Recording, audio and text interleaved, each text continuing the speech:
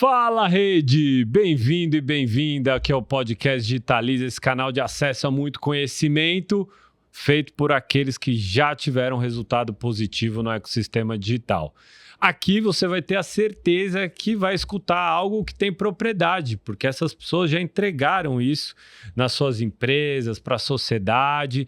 Então acompanha a gente aqui, não deixe de inscrever no canal e de acompanhar também os outros episódios, eu tenho certeza que você vai aprender bastante. E hoje a gente vai falar sobre a evolução do suporte ao cliente, o que a IA vem trazendo de positivo para esse suporte. Então não deixe de acompanhar o episódio todinho aqui, que eu tenho certeza que sua mente vai abrir. E eu não poderia deixar de convidar o meu amigo Fábio Freire. Fábio, obrigado por estar aqui.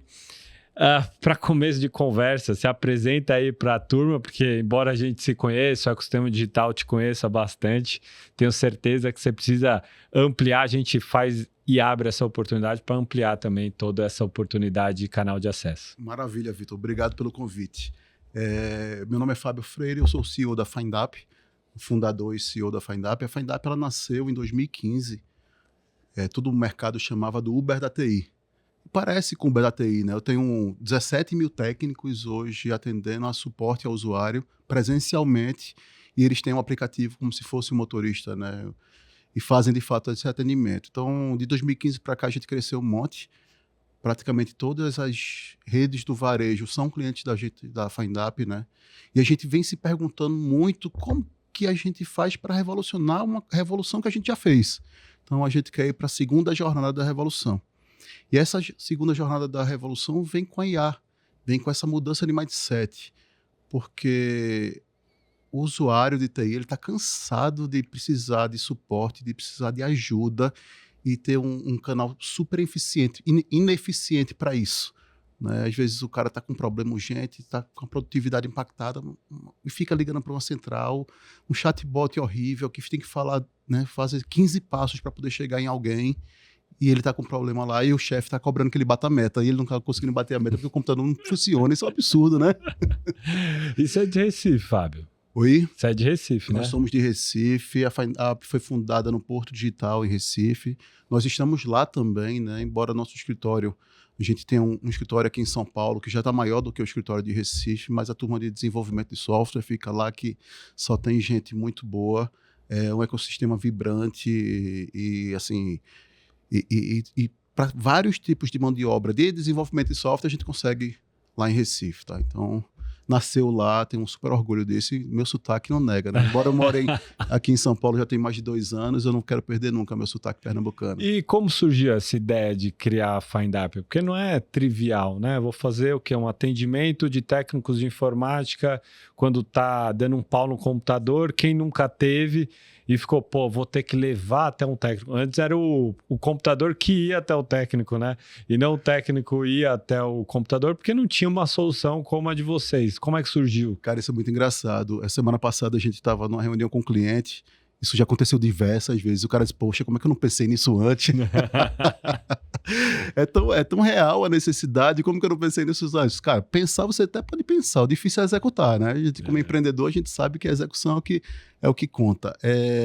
Cara, antes da gente construir a FindUp, a gente tinha uma outra empresa e eu atendia integradores, a empresas de tecnologia aqui do país, que tinham seus grandes clientes. E numa dessas operações bem nervosas, o cliente era uma companhia aérea. E o meu operador estava tentando falar com o técnico, porque tinha agendado com o técnico para ele ir lá fazer presencialmente. E nessa época não tinha WhatsApp, em 2015 ainda não estava, né, disseminado a comunicação e era ligando para o cidadão. Aí o técnico dizia, estou chegando. Aí a gente avisava para o cliente que ele estava chegando. Aí daqui a pouco, meia hora, o cliente ligava, o cara não chegou. Aí você ligava para o técnico, não, estou aqui na frente. Enfim, aí um operador nesse momento disse, poxa, era bom se eu tivesse como colocar um GPS nesse técnico, né? Então, quando ele falou isso, eu fico brincando que parecia, né, dos mais velhos vão saber a lâmpada do professor Pardal, né? Acendeu assim na minha cabeça, caramba, tem um business aí. E naquela época só tinha o Uber começando em São Francisco e o EasyTaxi começando aqui no Brasil. Uhum. Então, o benchmark era muito pouco. Mas a gente começou em 3 meses, a gente já estava com a primeira versão do aplicativo pronta, né? E foi uma coisa curiosa que quando a gente fez para o cliente residencial. Uhum. Mas aí a gente percebeu algumas coisas da jornada do cliente residencial, né? Primeiro que a recorrência de problemas de TI num cliente residencial são baixas. Sei lá, o cara precisa de um técnico 3 vezes no ano. É muito pouco. E o custo para você adquirir um cliente desse era muito alto. Uhum. E se ele gostasse do técnico, ele pegava o telefone direto do técnico e já chamava direto, não usava a plataforma, né? Isso foi, inclusive, uma dica de um mentor nosso da Endeavor. E aí a gente mudou o modelo para o empresarial e fechamos o primeiro cliente, que é um cliente que eu tenho super orgulho, porque é cliente da gente até hoje, que é a Calvin Klein. Uhum. Uma marca internacional que investiu, né, que acreditou na gente lá naquele comecinho e é nosso cliente até hoje. Isso é muito orgulho para a gente, o pessoal super satisfeito com a plataforma. Então é isso, a gente tem 2 movimentos. Tem um primeiro movimento, que é o movimento de atender o varejo, que era carente desse tipo de solução, então o técnico chega lá presencialmente muito rápido para poder fazer esse atendimento, e tem o ecossistema de técnicos, o impacto que a gente gera na vida dessas pessoas. São 17 mil pessoas conectadas. Outro dia eu fui visitar um grande cliente nosso, que é um banco, e a gente saiu para almoçar com 2 diretores e um analista. Aí esse analista sentou do meu lado e disse: Fábio, você sabia que antes de eu entrar no BTG eu era técnico da FindUp? Eu comecei a atender o BTG gostou de mim e me contratou. Isso é muito legal, né? Porque aí eu disse, foi bom para vocês, porra, eu tava com 18 anos, tinha acabado de entrar na faculdade, eu precisava pagar a mensalidade. Se não fosse a FindUp, eu não tinha conseguido. Né? Então são coisas que a gente escuta nessa jornada, que é o que faz valer a pena. Né? O impacto que você gera na vida das pessoas e as pessoas que estão perto de você. Então é um ecossistema que ele se retroalimenta. Então, quanto mais ele atende, melhor ele quer atender, o cliente está mais satisfeito e compra mais. É uma história parecida com o Gympass. O Gympass, que, enfim, mudou de nome recentemente, está no mídia há muito tempo, né? Hoje a gente vai reunir 23 unicórnios, mais ou menos umas 180 scale-ups. E o Gympass estava desde o início, quando era B2C. Aí a pessoa tinha que comprar um voucher para uma diária de academia. Pô, mas a conta não fechava, né? O cara precisa de uma diária para uma academia em quanto tempo? Você não tinha a recorrência que você citou, né? Ao passo que quando ele pivotou para o B2B, a barreira de entrada era muito maior que a tua, talvez. Porque ele teve que vender a tese para um RH Sim. de que valeria a pena dar uma academia de bairro para o funcionário. Imagina com a cabeça de 2017... o RH lá de uma empresa muito tradicional, né? 5 mil funcionários, dava vale alimentação, vale refeição. Falou, pô, que tal uma academia de bairro? Não era trivial, né? Aí depois deu uma guinada e foi-se embora, né? Mas, Fábio, é um mercado assim, que vocês estão atuando em franca expansão, né? Porque as pessoas estão usando cada vez mais a device, o computador... Enfim, há ainda muita gente fora disso, né? A gente tem mais celular do que habitante, mas nessa conta é porque tem gente com 2, 3. Então tem uma inclusão digital de verdade das pessoas. Ainda tem muita gente que não utiliza esses equipamentos para trabalhar. Mas o caminho é que use. Não tem escapatória, né? Até para manter competitividade, etc. e tal. Então, como é que você enxerga essa aderência das pessoas a esses equipamentos e como é que você vê esse futuro da FindUp nesse suporte que vai ter cada vez mais, né? Não dá mais para ficar só num FAQ e tentar resolver sozinho. Às vezes a pessoa só está usando aquela máquina. Ninguém tem tempo de falar, pô, vou gastar um tempo eu aprender no YouTube como é que faz para arrumar aquele treco. Não, ele quer um atendimento lá na hora, na palma da mão. Isso abre para a gente um oceano de oportunidades. Né? Os dispositivos cada dia mais conectados, carros conectados, elétricos e conectados. Né? Então, se você tem um carro conectado, você tem qualquer outra coisa conectada. Né? Então, Alexa, enfim... diversos novos devices que a gente conhece e que a gente não conhece que vai chegar, né? Então, com isso, existe uma linha, uma curva que diminui-se a complexidade do suporte, porque está mais fácil de se usar, mas ao mesmo tempo aumenta-se a quantidade e aí aumenta a necessidade do suporte. Então, né? Quanto mais dispositivo tem, mais a necessidade de ter algum tipo de suporte ou de ter algum problema que vai precisar de ajuda. Então, a gente pensa... A FindUp já foi uma disrupção por si só. E a gente pensa 24 horas por dia o que é que vai ser a próxima disrupção da FindUp. E aí a gente mergulhou na IA, a gente estudou. Eu tenho desenvolvedores focados 24 horas por dia só falando de IA e preparando a FindUp do futuro para IA. Então, como que funciona? A gente já tem nome, a nossa IA se chama Aurora. É uma alusão a uma rua bem conhecida do Recife, que é a Rua da Aurora. Ou então, um novo alvorecer, uma nova vida, uma nova criação. Então, a nossa Aurora, ela é uma IA onde a gente personaliza a persona da Aurora. Quem é a Aurora? Qual é o tom de voz da Aurora? Como que ela tem que se comunicar? Ela vai ser seca, ela vai ser polida, ela vai falar como uma pernambucana, vai falar como uma carioca, né? Então a gente escolhe tudo isso e é engraçado, assim, engraçado não, é tecnologia, né? Ela realmente fala naquele modelo que a gente quer. Por exemplo, eu não quero que a Aurora nunca dê fora em ninguém, então ela já é polida ao ponto de poder dar fora. Então, o que é que nós fazemos hoje? A gente cria uma base de conhecimento de um cliente. Então, nós temos um caso do varejo que é muito, muito interessante nosso. Ele tem o seguinte, se o usuário está precisando configurar um sistema, tem um procedimento.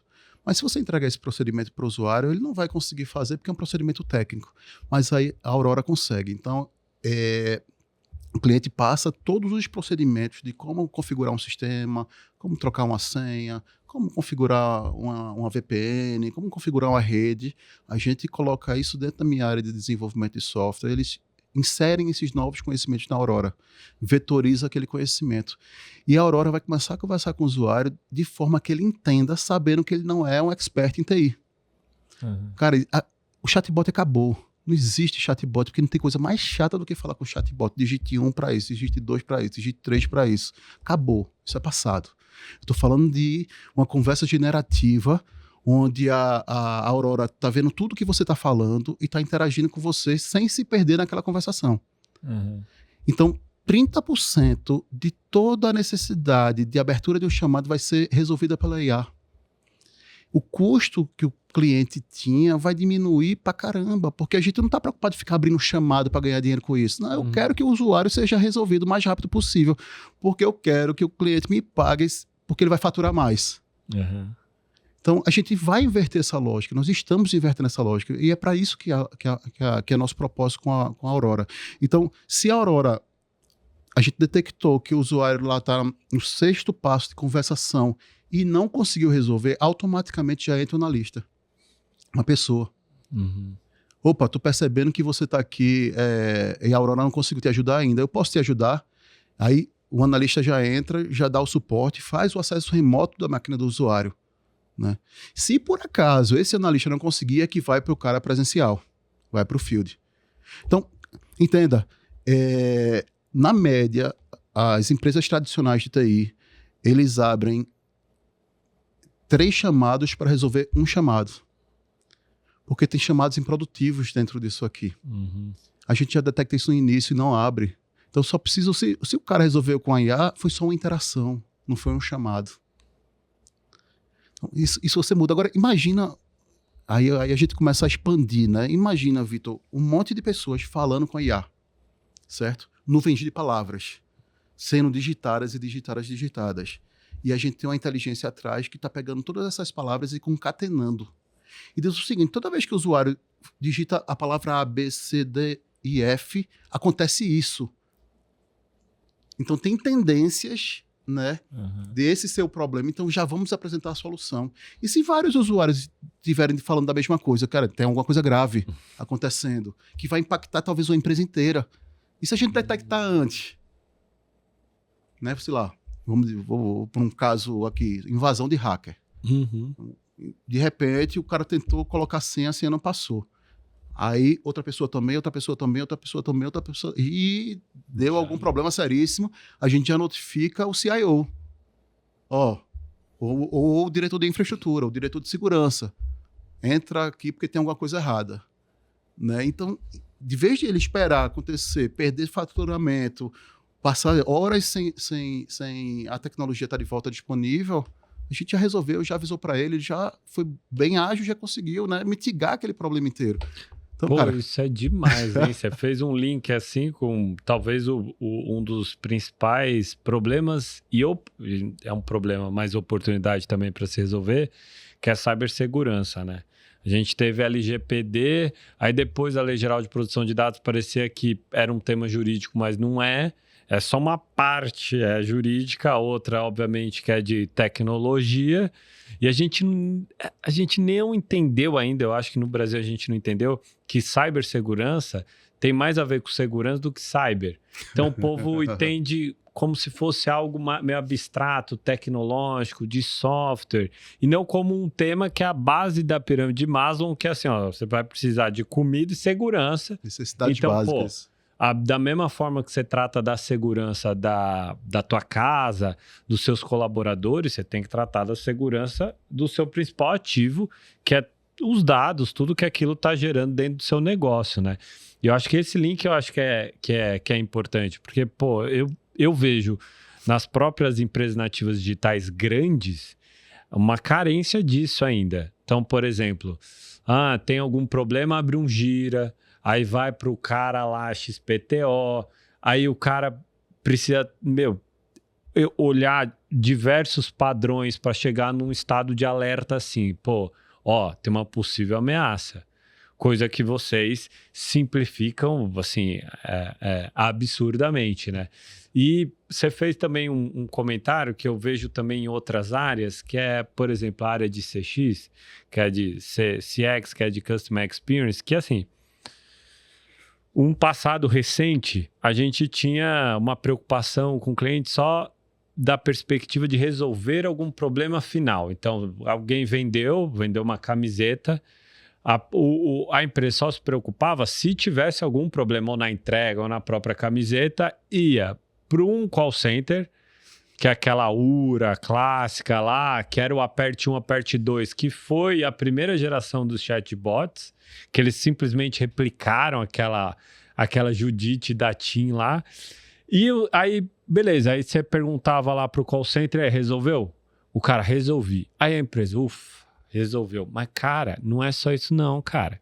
O tanto de informação que você perdeu, que o cliente falou ali na ponta, ali pro atendente, e você deixou de capturar, cara. Às vezes a galera fica imaginando que inovação é uma coisa que cai do céu, mas seu próprio cliente está demandando um monte de coisa que você pode incluir ali. Maior fonte de informação é o próprio cliente, não tem jeito. Exato, coisa que, assim, a solução de vocês traz. Uhum. Ainda mais que, assim, quem nunca, acho que todo mundo que mexe com celular, computador, eu duvido quem nunca teve um problema. Obviamente teve bem mais que uma, eu tô exagerando aqui.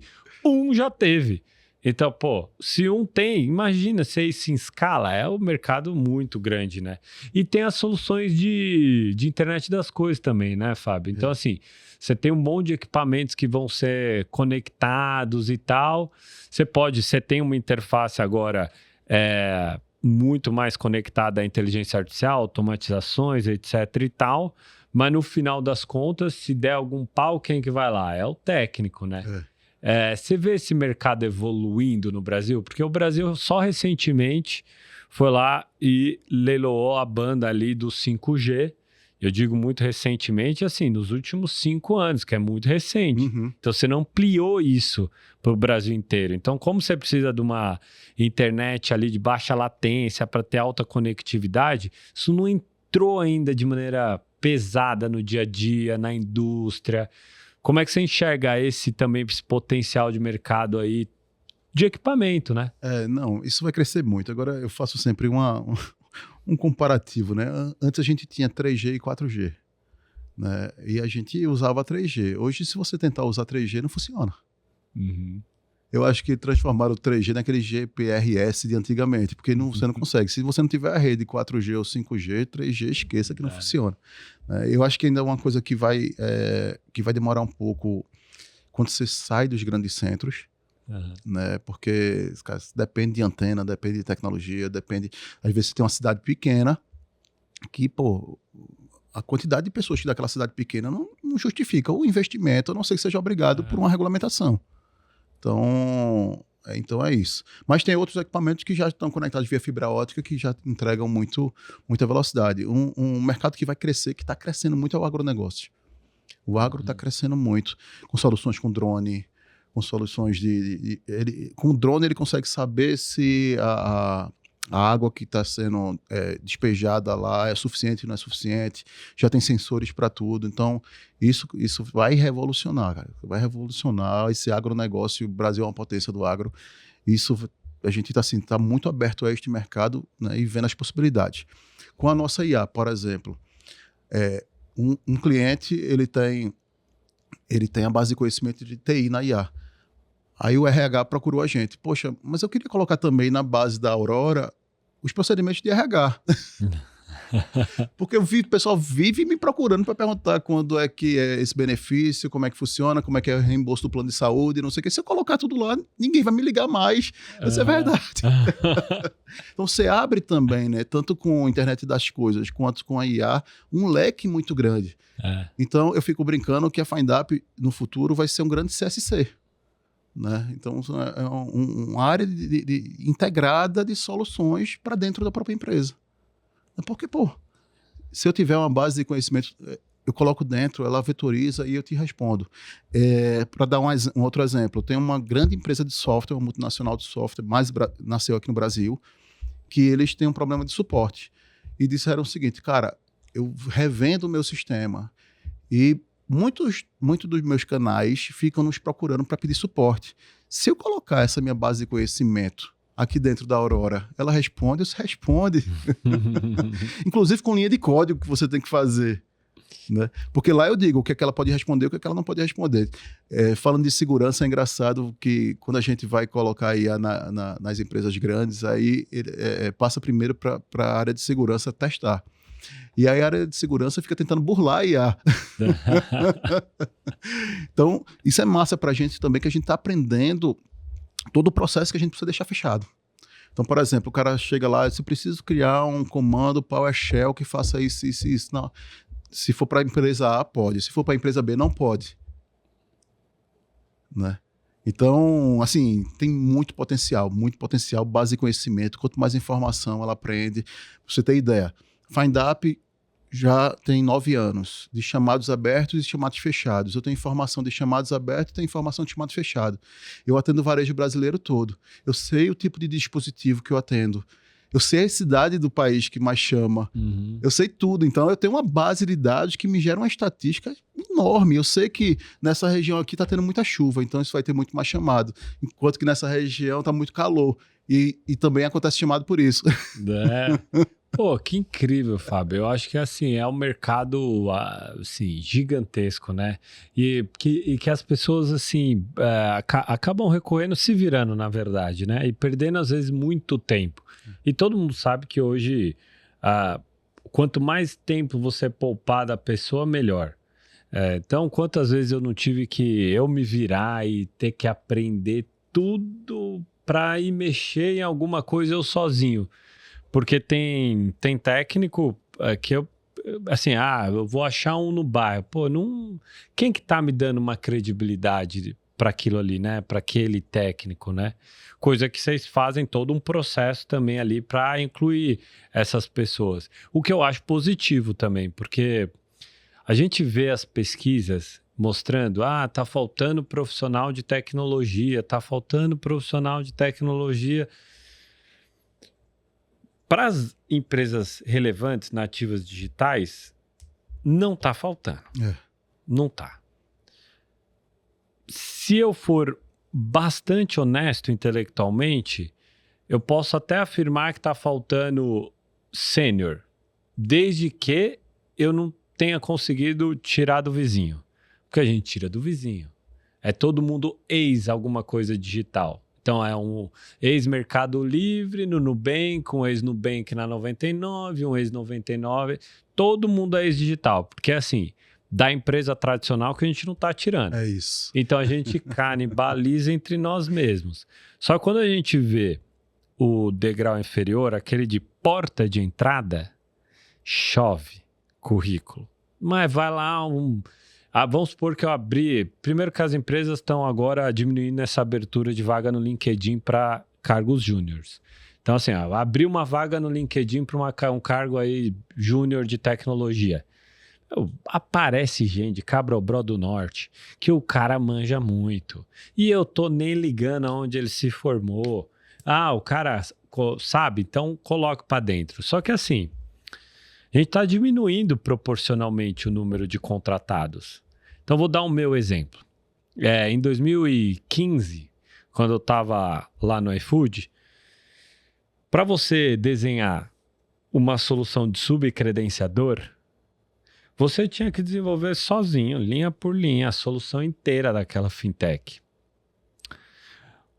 Joga para 2024. 2024, eu, por R$200 por mês, eu boto lá Vitor Bank ou Vitor Pay, contrato por esse valor, porque não vale a pena eu desenvolver, terceirizo todo o custo e risco para um terceiro, que para mim ainda é mais vantajoso ainda, e toco. Uhum. Então o cenário mudou. O cenário mudou em que sentido?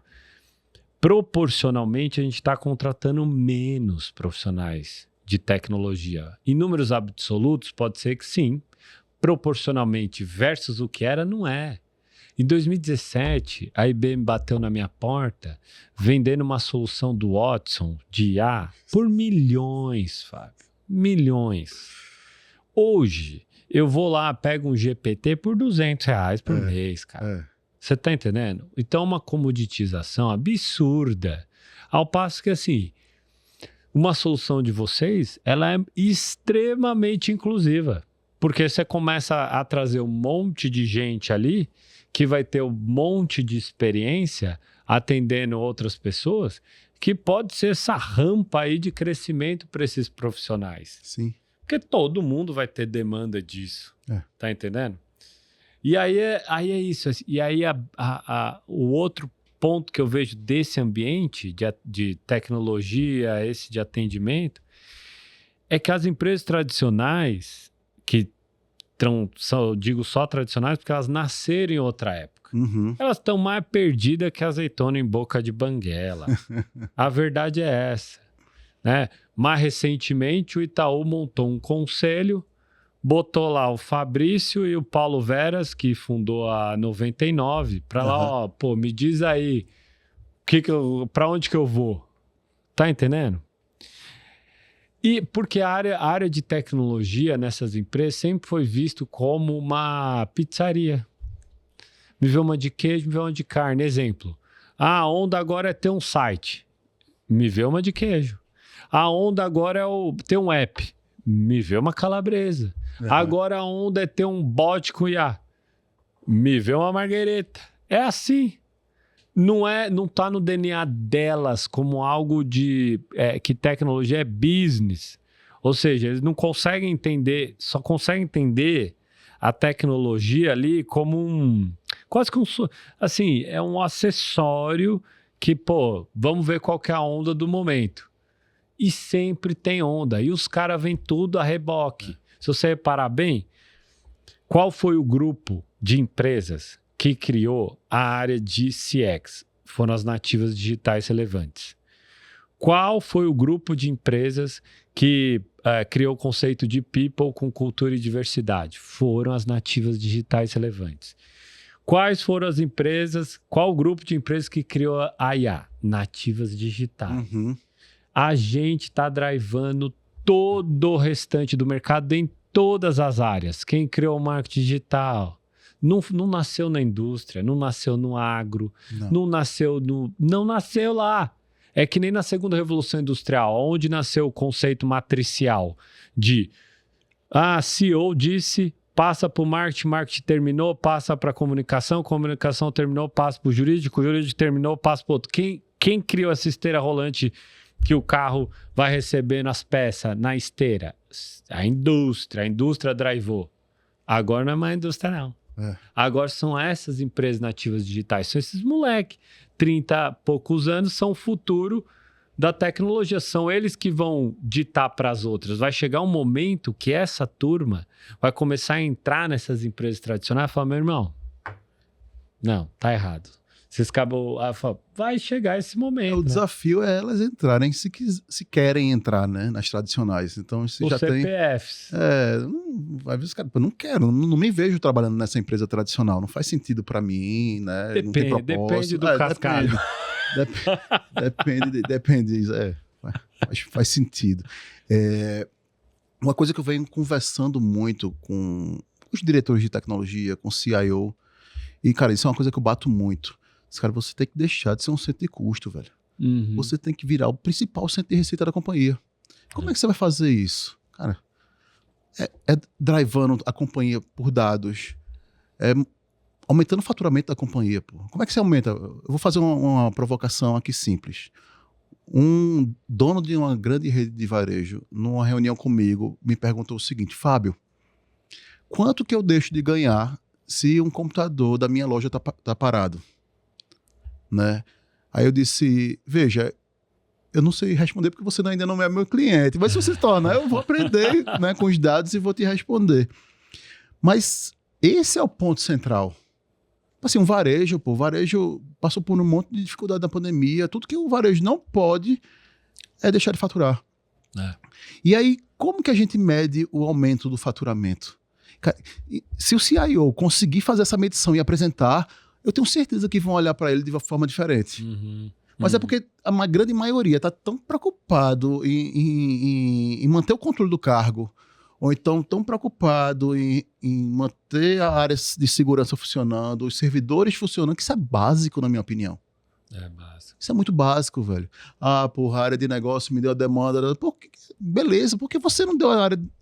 Por que você não foi o cara que chegou com essa demanda para a área de negócios? Com essa grande provocação? É esse o mindset que tem que mudar. Né? E falando no outro ponto, que são os desenvolvedores que você comentou, né? Existe um problema não só para desenvolvimento de software, mas é para quem está iniciando uma carreira de trabalho, que é muito do modelo de home office, tá? E aí é um exemplo bacana que eu acho que faz total sentido. Então, os juniores, eles vão ter muita dificuldade de desenvolvimento. Por quê? Eu sempre fui um cara que eu aprendi observando. Cara, eu observava tudo. Quando o cara era muito bom comercialmente, eu começava a olhar porque eu queria aprender com ele como fazer. Mas, cara, esse cara não ia me chamar num Zoom pra me ensinar, até porque eu não tinha nada a ver com aquela história. Mas se eu tivesse do lado dele, eu ficava ouvindo para poder aprender. Então, tecnicamente, comportamentalmente, todos esses itens, todos esses quesitos, você aprende com observação. Você sai da academia, velho, sem experiência prática. Né? A gente contratou outro dia um menino do interior, lá de Pernambuco, que super orgulho de ter contratado ele. Ele era um cara que foi autodidata e ele vendia banana na feira. Esse cara entrou com a gente como júnior, puta potencial. Mas eu disse, tem que vir pro escritório todo dia para poder aprender com quem sabe mais do que você. Esse cara deslanchou, já tá em outra companhia, tá indo bem pra caramba, um menino esforçado. Agora tem outro lá também no mesmo nesse mesmo movimento. E aí o cara, às vezes o desenvolvedor sênior não vai, mas o cara tá lá. Né? Ele não tá aqui, mas o outro tá. Eu posso perguntar e sair essa informação. A área de desenvolvimento tem uma certa facilidade, porque você tem as ferramentas como Slack, Discord, o cara tá online o tempo inteiro falando. Então, sim, você pode aprender. Mas e as outras áreas que não são área tech? Por exemplo, um estagiário de direito. Como que o estagiário de direito vai aprender? Ele aprende com advogado sênior, com advogado pleno. Ele está ali em formação de carreira. Então, são essas questões e até uma coisa que eu digo para os profissionais de hoje em dia. Cara, esteja presente. Esteja junto com quem sabe mais do que você, que é a forma de você aprender e se destacar dentro do mercado. Então, assim, é minha visão. A área, eu acho que a área tech funciona muito bem remotamente, mas tem algumas áreas que você só aprende na visualização. Eu concordo com você. Eu só ainda não tenho tanta certeza assim se a gente vai equacionar isso indo todo dia, porque assim, é inequívoco que o presencial é melhor, né? É uma coisa no nosso dia a dia mesmo, sênior, tal, C-level, fazer uma reunião por call e vídeo e outro presencial. Sim, A gente total, sabe que é bem melhor presencial, assim, sem sombra de dúvidas. A mesma coisa de receber uma comida em casa ou preparar em casa. Preparar em casa parece que sempre é melhor. Não sei te dizer o porquê, mas parece que sempre é melhor. Mas eu não sei se vai equacionar, como que a gente vai equacionar isso, sabe? Porque assim, às vezes a gente tem a tendência, já falando como tiozão, né? De medir a geração que tá vindo com a nossa régua, entende? Falou assim, pô, não, eu aprendi assim logo, pô, os caras vão aprender assim também. Sim. E aí, cara, a gente vê, por exemplo, pra mim, tá? Eu fiz 2 faculdades ao mesmo tempo. Imagina, não passava pela minha cabeça assim, autodidata. Quando alguém falava assim, autodidata, eu já imaginava um ser assim, hiper inteligente, o cara, velho, devorador de livros, sozinho lá, sozinho o cara aprendeu. Aí você vê a geração mais atual, cara, os caras estão aprendendo assim, devorando, e vai para um vídeo, e vai para o áudio, e vai para não sei o que, vai não sei o que lá. Cara, é um absurdo. Então, não sei. Ó, recentemente eu falei com um diretor lá da Accenture e falou assim, ó, pô, a gente rodou uma pesquisa entre os colaboradores e a gente falou assim, bom, para definir esse papo do trabalho híbrido, 100% remoto, 100% presencial, vamos fazer grupos de testes. Então, a área de sales divide em 2, faz o teste. A área de operação 2 faz o teste. Tech faz um teste. Resumo, não vou lembrar de todos os resultados, né? Mas a Accenture começou a trazer resultados diferentes por área. Então, por exemplo, sales funciona melhor presencial. Tech funciona mais remoto. Isso. A produção é maior. O outro é assim, o outro é assado. Estou dando só exemplos que eu não lembro os resultados. Mas eu vejo que a gente ainda não achou, tipo, a equação. Porque para várias coisas que a gente está vivendo, é um momento de inflexão. É inflexão em quase tudo.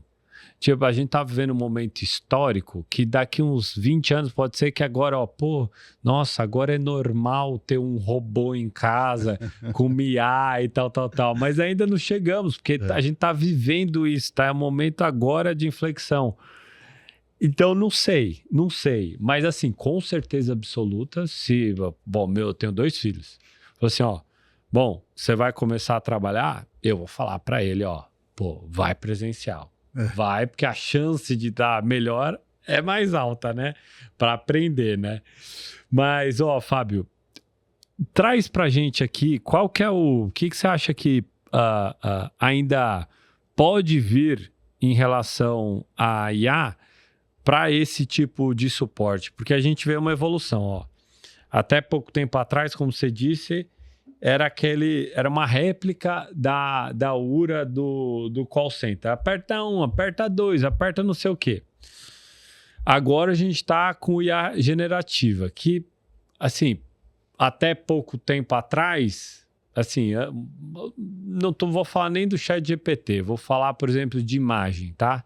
Quando você pedia para gerar uma imagem em IA, a gente saía com 6 dedos, a cara torta. Só que quanto mais você usa, mais você treina. Você acha que hoje a gente tem um volume informacional para ter, de fato, um atendimento bem objetivo para esse cliente? Porque pega, por exemplo, o Nubank. Um dos grandes atrativos do Nubank sempre foi o atendimento ao cliente. Eles até se gabavam de que tinham graduados. Ou seja, o cara que fez faculdade é o cara que te atendia lá quando deu problema. Só que assim, antes ele falava isso quando tinha uma base, sei lá, de 100 e poucos mil usuários. Agora, com 80 milhões, eu duvido. Eles vão usar várias outras ferramentas. Mas você acha que assim, a gente está nesse processo que a gente vai conseguir acelerar isso e a ponto de, por exemplo, num futuro próximo, não vai precisar nem entrar na máquina, a IA já vai resolver antes do cara chamar, ou seja, o cara teve um problema, ela já identificou que está tendo um problema e já foi lá e consertou? Veja, são dois movimentos. O primeiro movimento é a qualidade do conteúdo da base de conhecimento que vai estar disponível. Então, é por cliente? É por cliente. Boa. E a gente tem também uma área de curadoria, que são pessoas que estão analisando as perguntas que estão sendo feitas para a IA e analisando as respostas que a IA está dando. Uhum. E a partir disso você vai ajustando o conteúdo. Uhum. Entendeu? Então, Entendi. isso faz com que esse conteúdo ele vai se tornando cada vez mais eficaz. Mas não é uma coisa, você jogou e ela agora não. Tem um tempo de aprendizado da própria IA e da própria alimentação que a gente faz em cima dela. Legal. Então, esse conhecimento vai melhorando. Então, muitas vezes, sempre vai ter que ter uma área de curadoria. Por exemplo, lá na nossa IA, a gente coloca um legal, ou então, né, o dedo para baixo, para o cara dizer se está satisfeito com aquela resposta. Uhum. Porque a partir dessa resposta, pode ter uma necessidade de uma ação humana para poder melhorar. Pô, você não deu a resposta legal, por que não deu? Vamos entender aqui a negativa para poder melhorar e adicionar esse novo conhecimento. Então, eu entendo, o humano ele não está descartado em momento nenhum dentro desse processo. Ele está lá para melhorar a IA. Né? Tá trabalhando nesse conteúdo que a IA tá trazendo. Eu acredito que no futuro vão ter talvez plugins ou conectores que eu consiga me conectar ao sistema operacional, que eu consiga ler códigos de erro, que eu consigo fazer automaticamente várias coisas que já vai sugerir as alterações. A chegar num ponto de resolver sozinho leva muito tempo, porque isso depende. Qual sistema operacional o cara está usando? Estou usando o Windows versão 11. O outro é versão 10. Não, esse aqui está com isso. Não, esse cara é Mac. Então, tem as complexidades. Fora isso, não, essa empresa aqui tem regras de segurança que não permite com que o cara envie um e-mail com mais de 10 mega. E aí tem um monte de variável, que essas variáveis fazem com que sejam ambientes complexos. Que não é simplesmente... E, cara, aí vem LGPD, que aí bloqueia isso, bloqueia aquilo outro. Daqui a pouco o cara só consegue apertar Enter. Não. É verdade, bem colocado. E aí, os ambientes corporativos, quanto maiores, mais complexos são. Né? E essa complexidade faz com que a gente precise customizar um IA para cada empresa. Se o cara deixar aberta... E aí a gente até pergunta para o cliente, você também quer que eu deixe a generativa aberta? Que pode ser GPT, pode ser o Gemini do Google, pode ser várias. Aí o cara diz, não, minha área de segurança não permite. Não, permite. Aí sim eu posso permitir que ela vá fazer algumas perguntas externas que não estejam na base de conhecimento. Mas aí tem que saber se o CISO deixa, né? Se o cara de segurança vai deixar, se isso permite, se isso não permite. Então, vai crescer... mas vai crescer com a organização, né? Desde que você não coloque qualquer coisa lá dentro para rodar. Talvez cresça até ainda mais podado que isso, porque a gente está em discussão agora do marco regulatório de IA, e assim, que é um projeto que está tramitando no Congresso, e assim, quem trabalha dentro desse métier digital sabe, né? A gente tem alguns pilares estruturantes para atuar, ou seja, dizer até onde eu posso ir. Primeiro, o Marco Civil da Internet. Segundo, é a Lei Geral de Proteção de Dados. O terceiro é o Marco de IA. Porque ou bem você vai desenvolver a sua própria, ou você vai utilizar alguma para agregar algum tipo de serviço. E do jeito que está indo, tem... só para você ter uma noção, porque o Mídia publicou um raio-x dessa história toda, só 5% do texto atual diz respeito a fomento à inovação e tecnologia. Todo o restante é obrigação. Obrigações novas. Emitir um relatório sobre se você está usando a IA e você está discriminando as pessoas ou não. A necessidade de revisão por um humano toda vez que solicitar. Tem um monte. Fábio, tem um monte. E aí você sabe como é que é, né? Porque a LGPD criou um profissional novo, que é o DPO, aí o custo que na aumenta, lei né? é o encarregado.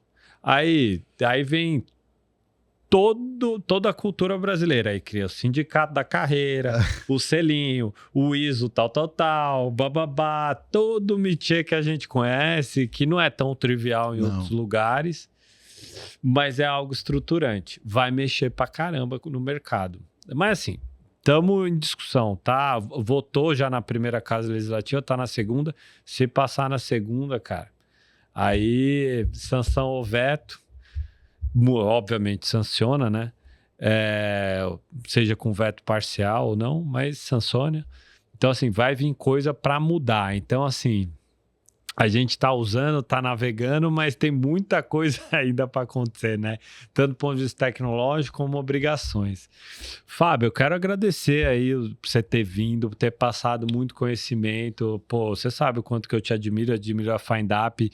Vocês são um exemplo, assim, incrível, tanto porque vocês saíram lá do Porto Digital, que sempre foi uma referência de polo, coisa que a receita do bolo a receita do bolo que deu certo lá no Porto, eu acho que nesse momento histórico não dá nem para replicar.